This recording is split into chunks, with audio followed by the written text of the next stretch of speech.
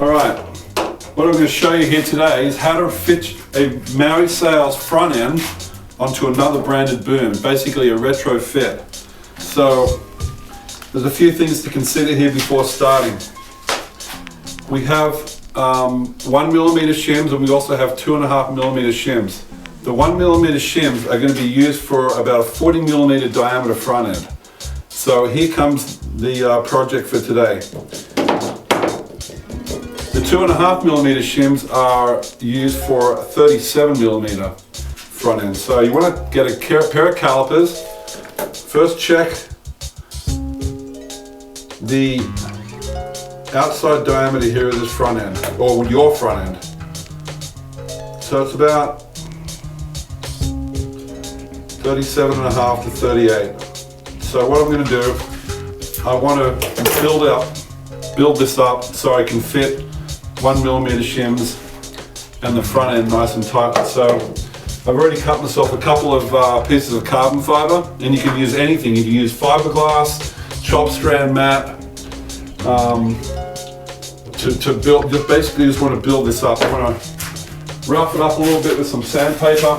It's really not too bad. You want to use generally you want to use some epoxy resin, because epoxy is very strong and it also sticks very well. So we're just going to rough that up a little bit with some sandpaper, dust it off, and need some electrical tape because we're going to wrap electrical tape around it. So what I'm going to do here is I'm going to wet out that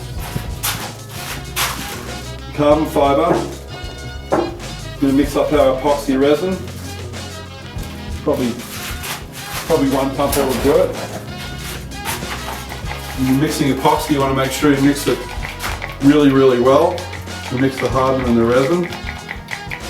You can get epoxy from any marine store. Some windsurfing shops might sell it, but it should be ready available. Some hardware stores will sell the sort of epoxy resin that you can use to do this job.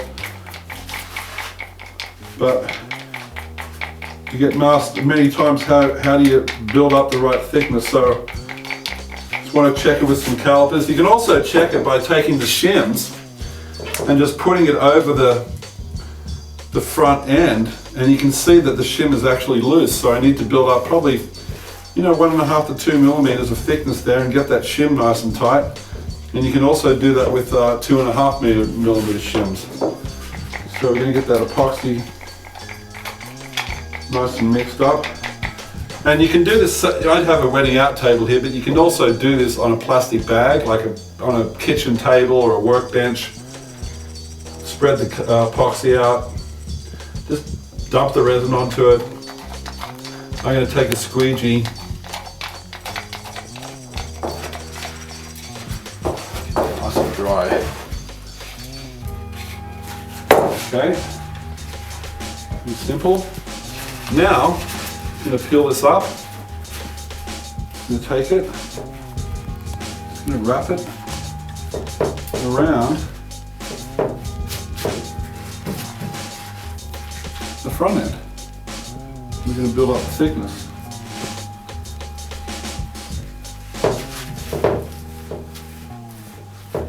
Kind of get that in place. And clean up a little bit.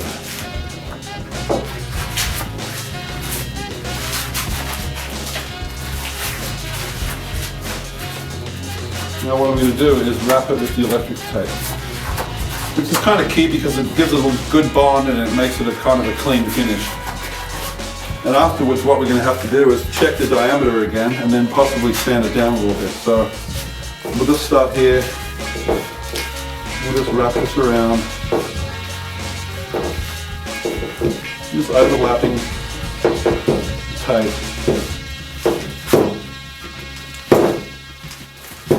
You may not have to do this to the boom. The boom may already be the correct diameter, but depending on the brand, you want to make sure the front end is going to be nice and tight. So we get that done. As you can see, it's very simple. It takes a few minutes. and we'll let that set. It's probably 4 or 5 hours before it sets, and we'll unwind the tape and we'll go back and check the diameter again. Okay, the next stage is after the resin dries, we're going to peel off the electrical tape. Now, if you didn't put too much resin into the cloth, it should be pretty easy to take off and it will be really clean. If there's too much resin when you put it into the cloth, it usually is very lumpy. So now you can see the job is very clean. Take the electrical tape off. Now you want to check the outside diameter. 40, actually exactly 40 millimeters right there now. So I'm going to give it just a very light sand. And you can also check by putting the shims on. As you can see, it's very close. In fact, I'm not even going to sand it. So that was actually a perfect job. So now I'm going to get these in the right position. You just want to check with the shape of this, the front end, to make sure that's correct. The other thing you can also do is you can put a little stopper in here, which is on our production booms. So you can take a little piece of batten and glue it on there if you like.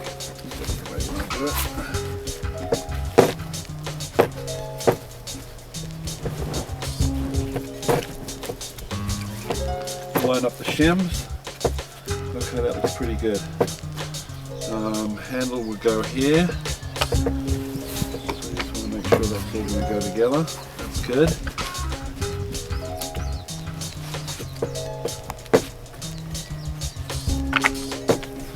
Now, these 1 millimeter little washers,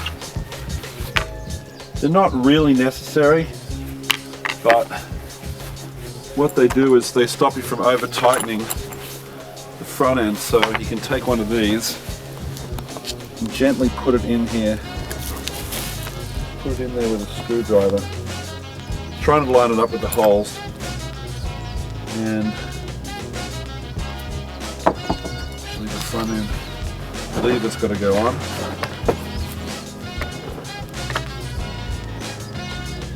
Put the bolt through.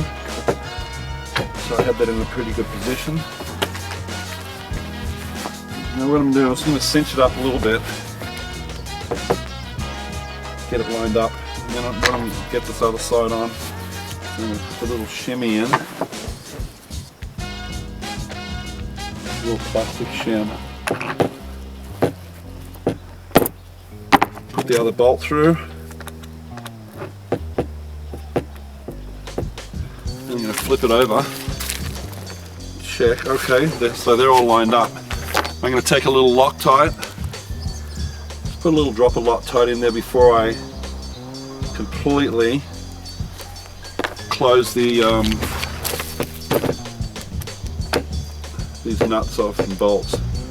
So I'm going to tighten that up. You should be able to tighten it up because they have the little shim in there, so it's not going to over tighten it. The Loctite's there, so that'll be all set. And then really the last thing we're going to do is put the little shim inside here. And you can just hook one side on and put it on with a screwdriver. And that's it. That's pretty much the job done. Very easy. I've done it a few times, but it's all good. Good luck.